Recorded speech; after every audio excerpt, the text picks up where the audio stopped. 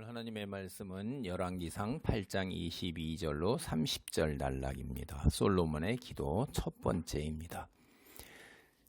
성전이 완공되었지만 솔로몬은 11개월을 기다려서 새해 1월에 헌당식을 거행했습니다. 한 해의 시작을 하나님께 성전을 헌당하는 예배로 의미 있게 시작하고자 하는 솔로몬의 믿음과 지혜가 어우러져서 성전 완공과 헌당 예배 사이에 무려 11개월이라는 간격이 생겨난 것입니다. 솔로몬은 모든 일에 적절한 때가 있다는 것을 깨달은 사람입니다. 그래서 그는 법궤를 운반한 후 헌당 예배를 시작하기 전에 이스라엘 백성들에게 지난 세월에 대해 간략하게 회고하는 연설을 했습니다. 하나님께서 다윗 왕조를 세우신 후에 다윗에게 주신 언약은 모세 언약의 연속이며 지금까지 성전 완공이 지체된 것은 하나님의 계획과 뜻 때문이었다는 것, 그리고 성전은 하나님께서 실제로 거하시는 처소가 아니라 하나님의 이름이 기념되는 곳임을 강조했습니다. 이처럼 이스라엘 백성들에게 성전을 건축하게 된 역사적 배경과 성전의 의미를 설명한 후에 솔로몬은 하나님께 드리는 기도를 시작했습니다. 열왕기상 오늘 본문 8장 22절로 23절 상반절을 봅니다. 솔로몬이 여호와의 제단 앞에서 이스라엘의 온 회중과 마주 서서 하늘을 향하여 손을 펴고 이르되 이스라엘의 하나님 여호와여, 위로 하늘과 아래로 땅에 주와 같은 신이 없나이다. 솔로몬은 기도를 드리면서 먼저 하나님의 성품 몇 가지를 묵상했어요. 그리고 기도하기 시작하는 겁니다. 첫째가 이스라엘의 여호와 하나님은 이 세상 어디를 찾아보아도 비교할 대상이 없으신 신이시라는 것입니다. 이스라엘 백성들은 선조로부터 전해 내려오는 여호와 하나님에 대해 잘 알고 있었습니다. 그들은 모세가 기록한 것으로 전해 내려오는 창세기, 출애굽기, 레위기, 민수기, 신명기, 이걸 이제 우리가 모세 오경이다 이렇게 부릅니다. 합쳐서 여기에 관해서 이제 잘 알고 있었던 거예요. 이스라엘 백성의 삶의 중심에는 여호와 하나님을 섬기는 종교가 자리 잡고 있는 것입니다. 물론 이스라엘 백성이 하나님과의 언약을 잘 지켜 여호와 하나님만을 섬기며 여호와 하나님 말씀에 철저하게 순종했던 것은 아니지만 그 삶의 중심에는 언제나 여호와 하나님이 계셨던 것입니다.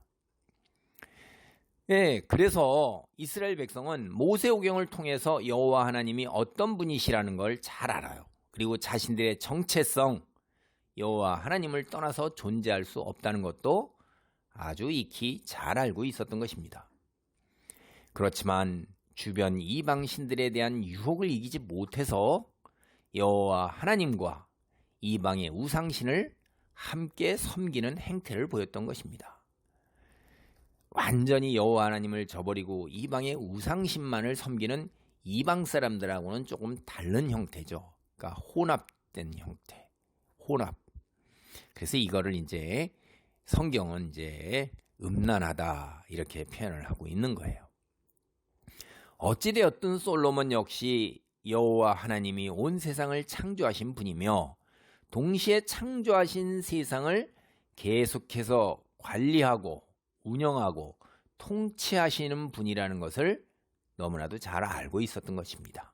그래서 천지를 창조하고 창조한 천지를 다스리시는 것에 있어서 세상의 그 어떤 신, 사실 실제로는 참으로 존재하는 것이 아니고 인간이 만들어낸 허구의 신이에요. 그것과 비교할 수 없다는 사실. 그러니까 가나안 이방신들 얘기하는 것입니다. 하나님과 같은 분, 비교할 수 없고 하나님 같은 분이 없다는 것, 그걸 너무나도 잘 알고 있었다 이 말이에요. 역사적 사실이 아니라 인간이 상상으로 만들어낸 고대 근동 신화에 나오는 신들, 이게 인간을 부려먹고 학대하기 위해서 인간을 창조한 것으로 나와요. 근데 여호와 하나님은 인간을 사랑하고 인간과 교제하기 위해서 인간을 창조하셨던 것입니다.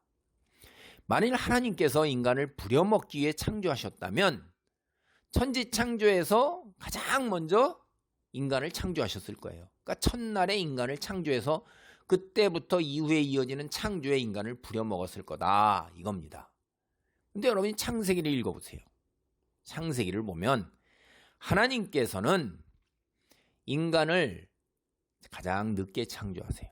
모든 것을 다 창조한 후에, 즉 인간이 편안하게 거하고 살아갈 수 있도록 환경이 조성된 후 6째 되는 날에 창조하신 거예요. 여기 1일, 하루, 이틀, 이거는 우리가 생각하는 이 하루, 이틀 이런 개념이 아닙니다. 시간의 구분의 개념이에요. 그리고 이제 바로 다음 날을 안식일로 정하시고 인간과 교제를 하셨던 것입니다. 이때 이제 우리에게 하루, 다음 날 안식일로 정한 거는 이제 여기에선 또 1일, 24시간의 개념이 들어오죠.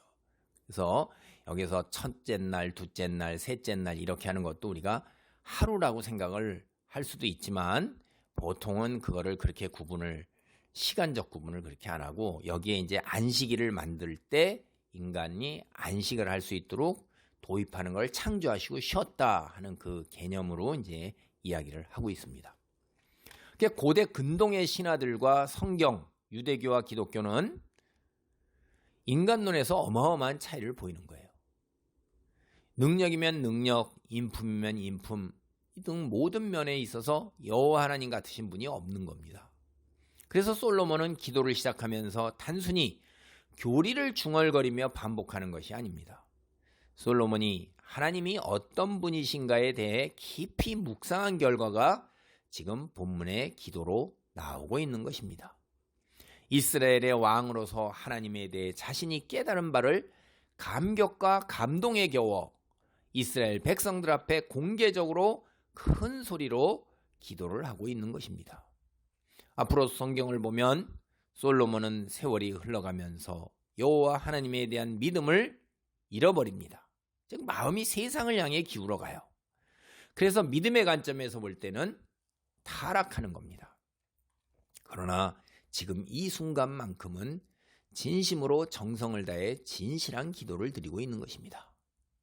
그래서 우리는 여기 솔로몬을 보면서 한때 진실한 믿음 이걸 지녔다 해서 그것이 계속하여 이어진다는 보장이 없다. 이걸 우리가 깨닫게 되는 거예요. 기독교에 적지 않은 이단 이런 것들은 이끌고 그 이단을 만들어낸 사람들이 보면 처음에는 상당히 진실한 믿음을 지녔고 그들이 하나님의 놀라운 은혜 속에서 은사를 가지고 기적을 많이 행하는 걸 봐요. 그러다가 자만하게 돼서 어둠의 세력이 틈을 타고 들어오는 바람에 그들이 스스로 이제 하나님 말씀을 변질시켜서 스스로가 자칭 예수의 자리에 올라서는 경우가 상당히 많습니다. 그러니까 이단 사설 그런 데 적지 않은 사람들이 솔로몬과 같이 진실된 믿음을 지녔던 분들인 경우가 적지 않다 이거예요. 그래서 우리는 조심해야 되는 거예요. 성경을 보면 사도 바울도 복음을 전한 후에 자신이 믿음에서 멀어질까 봐 항상 자신을 경계했던 것을 우리 볼 수 있어요. 한순간의 믿음이 평생을 보장하는 것이 아니고 한순간에 내가 열심을 내어서 새벽 기도와 선교와 봉사에 헌신한다 해서 그것이 계속해서 평생 언제나 늘 그런 순간을 유지하지는 않습니다. 믿음도 피크가 있고 그 다음에 밑에 저점, 골짜기 나락 같은 것이 있는 거예요. 그래서 올라갔다 내려갔다 하면서 전체적으로 상승 곡선을 그려서 올라가야 되는 것이 정상인 것입니다.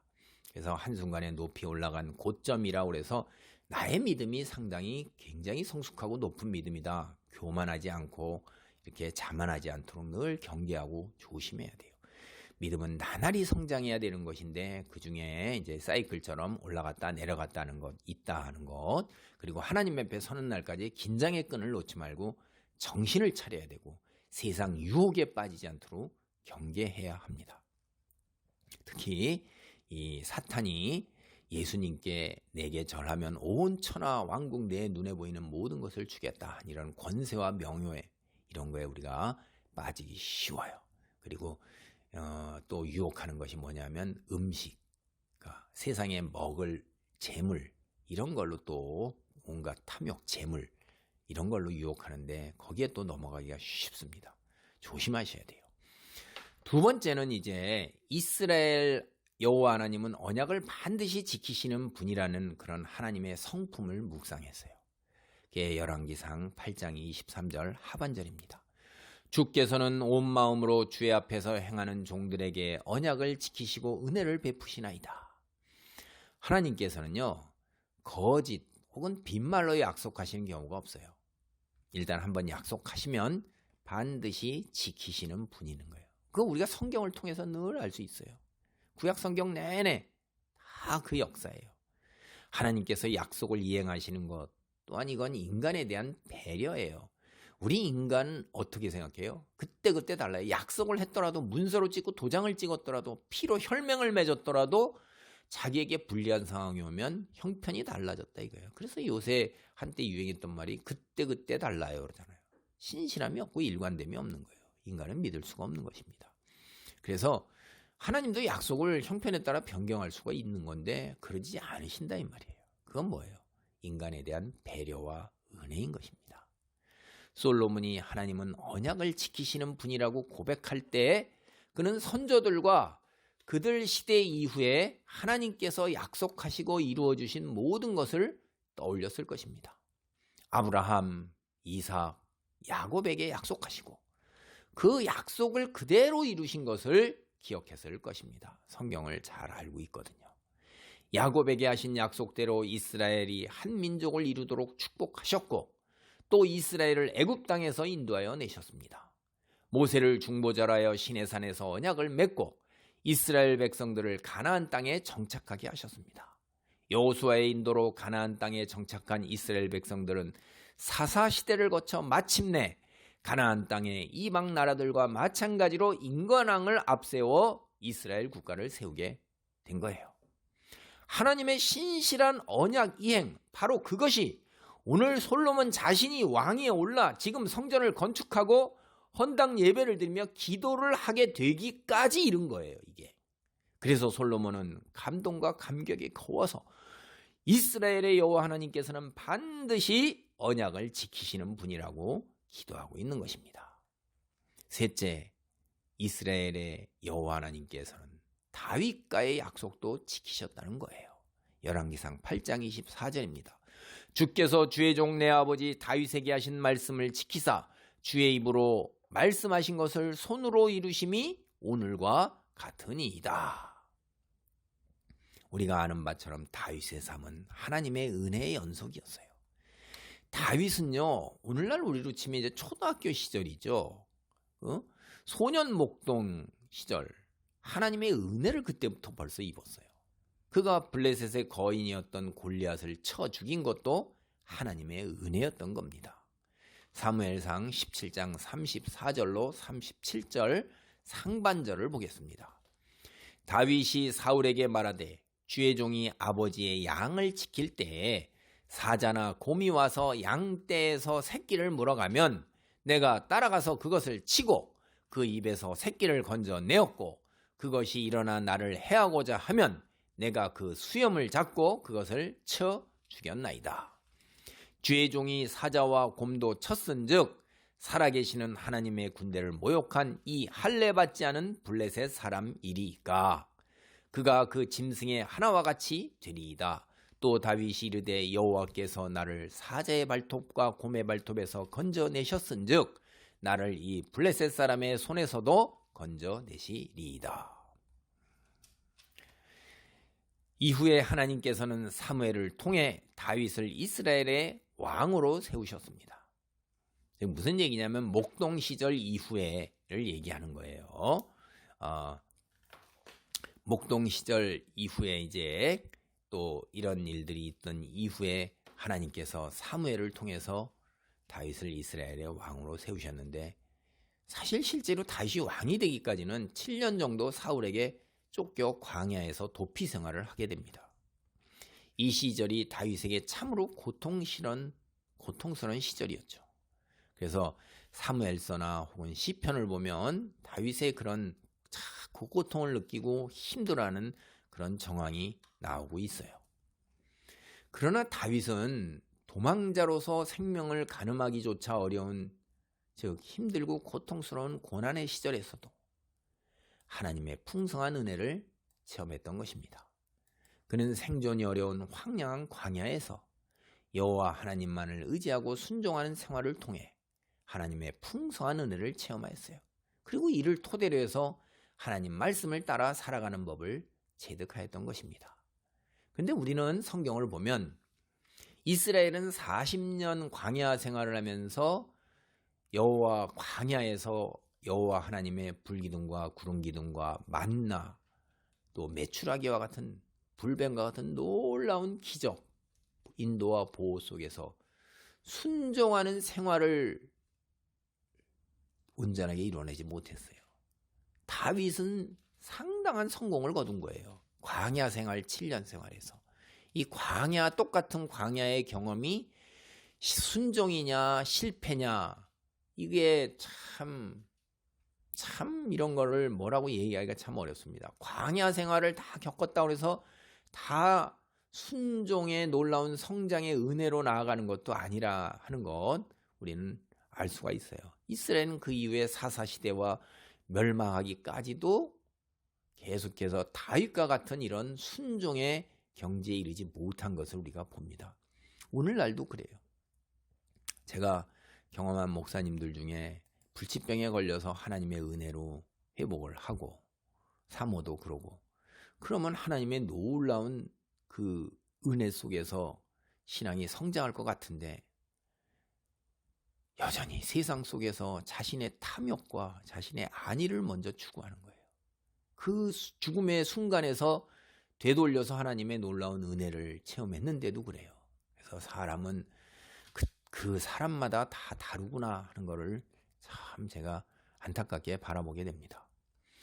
다윗이 유다 왕에서 통일 이스라엘의 왕으로 즉위하고 자신의 왕궁을 건축하면서 하나님의 법궤를 안치할 성전을 건축하려는 마음을 가졌어요. 그럴 때 하나님께서는 그 다윗의 그 아름다운 마음을 헤아리시고 나단을 통해서 다윗 언약을 주셨던 것입니다. 그러면서 성전은 그의 아들이 건축하도록 하겠다고 말씀하셨어요. 솔로몬은 지금 오늘 헌당 예배에서 다윗의 아들을 통해 자신의 처소를 건축하시겠다는 하나님의 말씀, 그 약속, 그것이 마침내 성취되었다는 것을 기도하고 있는 거예요. 이스라엘 선조들과 언약을 지키시는 여호와 하나님께서 다윗과의 약속도 지키신 것입니다. 솔로몬의 기도는 그걸 이야기하고 있는 거예요. 특히 다윗이 죽은 지 세월이 제법 흘렀어요. 이 순간이. 오늘 그 약속이 성취되었다는 것, 그게 상당히 의미심장한 거예요. 여러분, 제가 이제 대학생 때 늘 규칙적으로 기도해야 한다고 그렇게 이제 목사님들한테 배웠어요. 근데 그때 기도가 즉시로 응답받을 수도 있고, 또 어느 정도 시간이 지난 후에 응답받을 수도 있고, 때로는 우리는 몰라요. 우리가 죽은 이후에 응답이 오는 경우가 있다. 이런 걸 여러 가지 사례를 통해서 이제 배웠습니다. 오늘 본문을 보면 다윗 자신은 성전 건축에 관해 하나님의 약속을 받기는 받았지만 그 약속이 이루어진 것을 볼 수 없었어요. 일생 동안 자신이 경험한 하나님의 신실하심에 근거해서 믿음으로 하나님의 말씀을 믿고 아들이 성전 건축하도록 자신이 할 수 있는 한도 내에서 준비를 한 거예요. 이게 믿음이에요. 믿음으로 성전이 완공된 것을 내다보는 거예요. 이게 믿음인 것입니다. 이게 믿음은 보지 못하는 것들의 증거가 되는 것입니다. 여기서 넷째, 하나님의 성품으로 솔로몬은 이스라엘의 여호와 하나님께서는 한 번 맺으신 언약을 반드시 지키시는 분이므로 미래에도 그렇게 하실 것을 믿는다는 것입니다. 열왕기상 8장 25절로 26절입니다.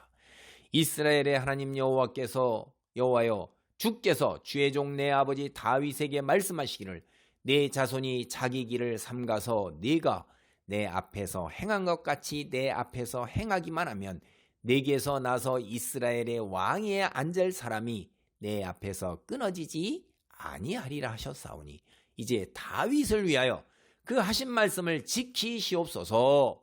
그런즉 이스라엘의 하나님이여 원하건대 주는 주의 종 내 아버지 다윗에게 하신 말씀이 확실하게 하옵소서. 솔로몬이 이제요, 자기가 다윗과 같이 하나님 말씀대로 행할 것이니 내 후손, 내 아들뿐만 아니라 내 후손이 계속하여 이스라엘의 왕위에 앉도록 약속을 지켜주옵소서 하는 얘기예요, 이게. 솔로몬이 경험했던 하나님, 신실하신 하나님이라는 거예요. 앞으로 자신의 미래에도 자기는 그렇게 신실하실 것으로 기대하고 믿고 확신한다는 거예요. 하나님께서 과거에 하신 일, 베푸신 은혜, 이거에 대한 이해, 그거에 대한 것은 우리가 다 알잖아요. 드러나잖아요. 그러면 그게 결코 과거에 머무는 게 아니에요. 오늘 나의 현재에 연결되어서 내가 있는 거예요, 지금. 그리고 앞으로 미래에도 그렇게 하실 거라 이 말이에요. 과거에 하셨던 것이 오늘날 현재의 나를 있게 했고 미래에도 여전히 그렇게 하실 거라는 거죠. 그게 이제 확신이고 믿음인 것입니다. 그래서 솔로몬은 지금까지 보여주신 하나님의 신실하심에 근거해서 미래에 대한 기대를 표현하며 기도하고 있는 겁니다. 근데 이제 정작 문제가 어디에 있죠? 하나님께 있는 게 아니에요. 하나님은 변함없이 약속을 지키세요. 여호와 하나님은 앞으로도 꾸준하게 일관되게 변함없이 다윗과 그의 집안, 달리 표현하면 다윗의 후손들을 축복할 것입니다. 이제 문제가 누구한테 있는 거예요? 지금 이런 기도를 드리고 있는 솔로몬에게 있는 거예요. 약속을 지키시옵소서 하는데 약속을 하나님은 지키는데 약속을 지키시옵소서 하고 주장하고 요청하는 솔로몬이 문제가 되는 거예요. 제가 다시 표현하면 문제는 어디에 있어요? 여호와 하나님이 아니에요. 인간에게 문제가 있는 거예요. 여호와 하나님 오늘날도 보세요. 여호와 하나님이 성경에서 말씀하신 은혜와 축복을 한 번도 변개하신 적이 있나요? 우리는 그 은혜와 축복을 발로 차버리잖아요. 세상을 향해 가잖아요. 여호와 하나님께 순종해야 되는데 순종이 아니라 형식적인 것, 제사만을 사울과 같이 자기의 탐욕을 감춰서 그럴듯하게 제사를 드리는 것으로 포장하는 게 이게 문제가 인간에게 있는 겁니다. 솔로몬은 다윗 언약이 무조건적으로 그냥 주어지는 것이 아니라는 것을 분명하게 알고 있어요. 그는 다윗 언약의 조건성을 스스로 인정하고 있는 것입니다. 이 8장 25절 세번역 성경으로 살펴보면 솔로몬이 다윗 언약의 조건성, 이걸 자신의 입으로 이야기하고 있구나. 이걸 우리가 분명하게 알 수가 있어요. 이제 주 이스라엘의 하나님, 주님께서 주님의 종인 내 아버지 다윗 임금에게 말씀하시기를 네 자손이 저마다 길을 삼가서 네가 내 앞에서 살아온 것 같이 그렇게 살면 내 자손 가운데서 이스라엘의 왕이 앉을 사람이 내 앞에서 끊어지지 않게 하겠다 하고 약속하신 것을 지켜주시기를 바랍니다. 솔로몬이 약속 그것대로 되면 자기는 늘 자기 집안의 왕이 끊어지지 않을 거라고 생각한 거예요. 자기가 언약을 잘 지킨다 하는 것을 전제로 하고 있는 거죠. 그런데 뒤에 나오는 성경을 보면 너무나도 안타까운 거예요. 솔로몬은 자신의 입술로 고백한 대로 하나님 앞에 신실하지 못했습니다. 결국 그의 기도는 스스로 자신을 얽어매는 거예요. 스스로 자신의 증거를 자초하게 되는 기도가 되어버리고 말았던 것입니다. 참으로 안타까운 거예요. 하나님 말씀 안에 순종하지 못하고 머물지 못한 거죠. 처음부터 세상을 향한 마음의 틈을 보였던 것, 우리는 앞서서 쭉 살펴봤던 사무엘서를 보면 솔로몬의 마음이 틈이 있었던 걸 우리는 알아요. 그래 그 틈, 그 틈을 세상 어둠의 세력이 타고 들어와서 솔로몬이 이처럼 진실한 기도를 드렸음에도 불구하고 세상으로 향한 것입니다. 여기서 우리는 왜 하나님께서 우리에게 완전한 충성, 100%의 충성과 헌신, 다시 말해서 100%의 정결을 요구하시는지 이해할 수가 있는 거예요. 0.01%라도 틈이 있으면 세월이 갈 때 그 틈을 비집고 들어오는 걸로 인해서 나머지 99.99%가 오염이 돼버리고 마는 거예요. 그리고 세상을 향해서 타락으로 나가는 거죠. 말씀을 알면서도 양다리를 걸쳐서 결국은 뜨뜻미지근하게 돼서 하나님이 말씀하신 것처럼 처지는 하나님께서 토해내시는 그런 결과 우리가 처하게 됩니다. 요한계시록을 보면 뜨뜻미지근 하지 말라. 차든지 덥든지 하라. 차고 덥고 양다리를 걸칠 수는 없는 거예요. 이스라엘이 그래서 멸망한 겁니다. 양다리를 걸쳤기 때문에. 하나님을 몰랐기 때문에 그런 게 아니에요. 열왕기상 8장 27절로 30절 성전이 하나님의 거처가 될 수 없다는 솔로몬의 고백 기도입니다. 하나님이 참으로 땅에 거하시리이까 하늘과 하늘들의 하늘이라도 주를 용납하지 못하겠거든. 하물며 내가 건축한 이 성전이오리이까. 그러나 내 하나님 여호와여 주의 종의 기도와 간구를 돌아보시며 이 종이 오늘 주 앞에서 부르짖음과 피는 기도를 들으시옵소서. 주께서 전에 말씀하시기를 내 이름이 거기 있으리라 하신 곳 이 성전을 향하여 주의 눈이 주야로 보시오며 주의 종이 이곳을 향하여 비는 기도를 들으시옵소서. 주의 종과 주의 백성 이스라엘이 이곳을 향하여 기도할 때 주는 그 간구함을 들으시되 주께서 계신 곳 하늘에서 들으시사 사하여 주옵소서. 솔로몬은 이미 앞에서 이 세상의 그 누구와도 비교할 수 없는 분이라고 하나님이 그런 분이라고 고백을 했어요. 22절로 26절이죠. 그러므로 그는 자연스럽게 이제 결론을 내리는 거예요. 비록 최선을 다해 가장 아름답게 성전을 만들고 온갖 귀중한 것들로 장식했지만 어찌 감히 하나님께서 그곳에 거주하시기를 기대할 수 있겠냐 하는 거예요. 솔로몬은 하나님의 영광이 얼마나 위대한지 심지어는 신명기 34장 10절에서 하나님을 얼굴과 얼굴로 알았던 모세마저도 그분의 지나가는 영광을 뒤에서만 잠시 볼 수 있었다는 사실을 잘 알고 있었습니다. 출애굽기 33장 7절로 23절 단락이에요. 솔로몬은 하나님께서는 자신이 지은 성전에 거하시기에는 너무 자유로우시고 너무 크시다는 사실을 잘 알고 있었습니다. 더 나아가 온 세상조차 하나님께서 거하시기에 너무 작다는 것도 알았습니다. 그러므로 그는 그저 하나님의 이름이 자신이 건축한 성전에 있는 것만으로도 만족했던 것입니다.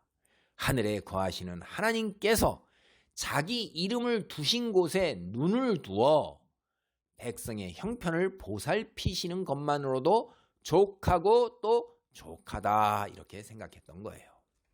그래서 솔로몬은 자신과 백성이 성전에 와서 혹은 성전으로 방향을 잡고 기도를 드릴 때 성전에 오지 못하더라도 성전을 향해서 기도를 드릴 때 하나님께서 하늘에서 들으시고 응답해 주실 것을 간구했던 것입니다. 29절로 30절이죠. 그게 하나님께서 성전에 이름만 두시고 백성의 기도를 하늘에서 들으신다는 것, 이게 하나님의 자유를 의미하는 거예요.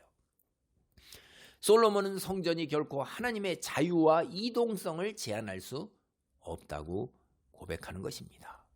더불어 이 말씀은 백성이 기도할 때 꼭 성전을 찾아오지 않고 자신들이 사는 곳에서도 얼마든지 기도할 수 있다는 것을 강조하는 것입니다.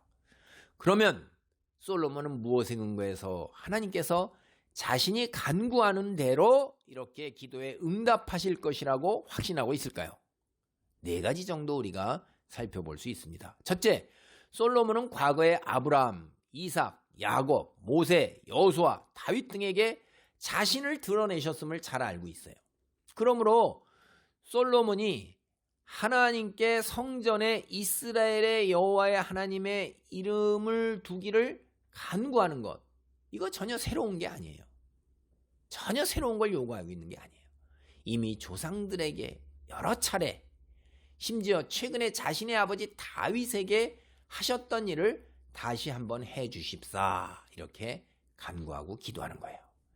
과거에 하셨던 일을 신실하신 하나님께서 시내산 언약에 따라 이스라엘에게 재차 은혜를 베풀어 주시기를 간구하는 것일 뿐입니다.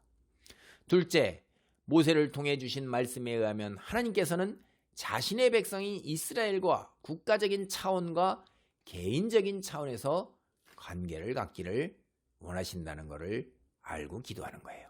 신명기 7장 7절로 9절입니다. 여호와께서 너희를 기뻐하시고 너희를 택하심은 너희가 다른 민족보다 수요가 많기 때문이 아니니라. 너희는 오히려 모든 민족 중에서 가장 적으니라.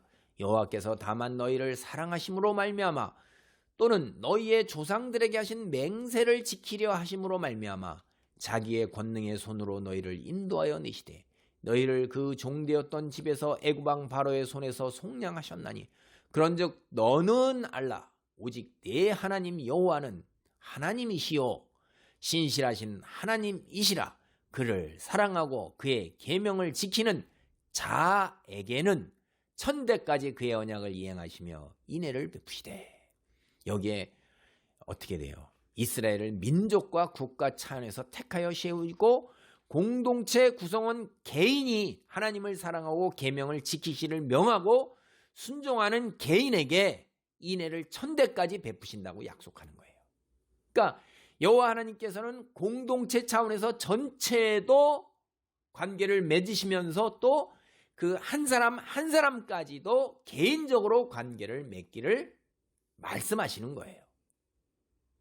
이러한 사실을 잘 알고 있는 솔로몬, 자신이 여호와께서 세우신 왕, 즉 여호와의 종이라는 것, 그리고 이스라엘이 여호와 하나님의 백성이라는 것을 잘 알고 있기 때문에 확신을 갖고 기도할 수 있는 거예요. 셋째, 솔로몬은 하나님께서 신명기 12장 4절로 11절 단락에서 내 이름을 한 곳에 두겠다는 약속을 이해하실 것을 확신한 거예요. 그리고 그 약속이 바로 지금 이루어졌다는 것을 확신하는 것입니다. 이 성전이 바로 신명기 그곳에서 말씀하신 유일한 예배 처소라고 확신하고 있는 거예요. 드디어 수백 년 만에 모세를 통해 말씀하신 그 일이 솔로몬 자신을 통해 지금 이 자리에서 실현되고 있음을 자각했기에 확신을 갖고 기도를 할 수 있었던 것입니다. 넷째, 솔로몬은 자신이 하나님에 대해 알고 있는 지식이 그로 하여금 하나님의 임재를 기대하게 만들었던 것입니다. 솔로몬은 하나님께서는 은혜로우시며 열왕기상 8장 23절에 보면 신실하시며 8장 24절이죠. 성실하시고 8장 25절 관계적인 분이라는 거예요. 8장 30절이에요. 그걸 잘 알고 있는 거예요. 그래서 우리도 오늘날 우리가 의인이다 이렇게 선언되는 건 관계 속에서 의인으로 선언되는 거예요. 우리가 하나님의 자녀라는 관계 속에서 아버지 하나님의 자녀로서 우리가 의인으로 선언되는 거지, 내 본질 본성이 변해서 나는 죄하고 무관하고 죄를 더 이상 짓지 않게 되고 거룩한 성품, 남을 배려하고 사랑하고 남을 갖다 이타적인 성품으로 완전히 변한 것, 이거 아니에요. 그거 조심하셔야 돼요. 성경을 잘 보세요. 관계적인 거에서 하나님이 선언하시고 재판정에서 우리가 무죄하고 선언한 거예요. 그렇다고 해서 인간의 그 본성 그 자체가 변한 게 아니에요. 그건 이제 재창조 속에서 완전히 영화의 단계에 가야지 그렇게 변화되는 거예요. 악한 사탄의 무리들이 다 무적행에 갇혔을 때 우리가 본질이 변하는 것입니다. 그래서 이제 하나님 신비롭고 거룩하고 지극히 높은 분이시지만 이스라엘의 여호와 하나님 분명히 인간이 접근할 수 있는, 관계를 맺을 수 있는, 교제를 맺을 수 있는 인격적인 분이라는 것을 잘 알고 있는 것입니다. 오늘 말씀을 정리합니다. 솔로몬은 성경과 삶의 경험을 통해 하나님의 성품에 대해 잘 알고 있었습니다. 그래서 성전 헌당 예배를 드리며 확신을 갖고 간절한 마음으로 기도를 드릴 수 있었던 것입니다. 우리가 하나님에 관해 알 수 있는 가장 좋은 방법, 성경을 통하는 것입니다. 날마다 성경 읽기를 규칙적으로 식사를 하듯 하고 기도를 통해 하나님께 더 가까이 나아간다면 오늘 본문에 나오는 솔로몬처럼 진실된 참된 기도를 드릴 수 있어요. 신약 시대에는 성도 한 사람 한 사람이 제사장입니다. 지도자입니다. 각자 주어진 삶의 자리에서 세상 사람들에게 복음을 전하며 빛의 자녀로 거룩한 성품을 드러내며 주님의 사랑과 축복을 전하는 통로로서 나날이 성숙한 믿음의 사람으로 성장하는 축복이 있기를 기도합니다. 아멘. 기도합니다. 할렐루야. 하나님 감사합니다. 우리가 하나님의 선택을 받아 하나님의 놀라운 자녀로 아버지 의롭다는 선언이 하나님의 자녀라는 관계 속에서 선언되었음을 믿습니다. 구원으로 나아감을 믿습니다. 이 땅에서 내게 주어진 소명이 하나님의 사람으로 거룩한 자녀로 빛을 드러내며 거룩함을 드러내며 하나님의 살아계시고 복음을 전하는 그것임을 깨닫습니다. 나의 삶이 전적으로 하나님의 자녀로서 복음 전하며 거룩함을 드러내는 삶이 되어야 함을 깨닫습니다. 나날이 성장하는 이런 놀라운 믿음의 자녀 아버지 축복과 은혜가 넘치기를 간절히 간구하오니 주여 이루어 주옵소서. 예수님의 이름으로 기도하옵나이다.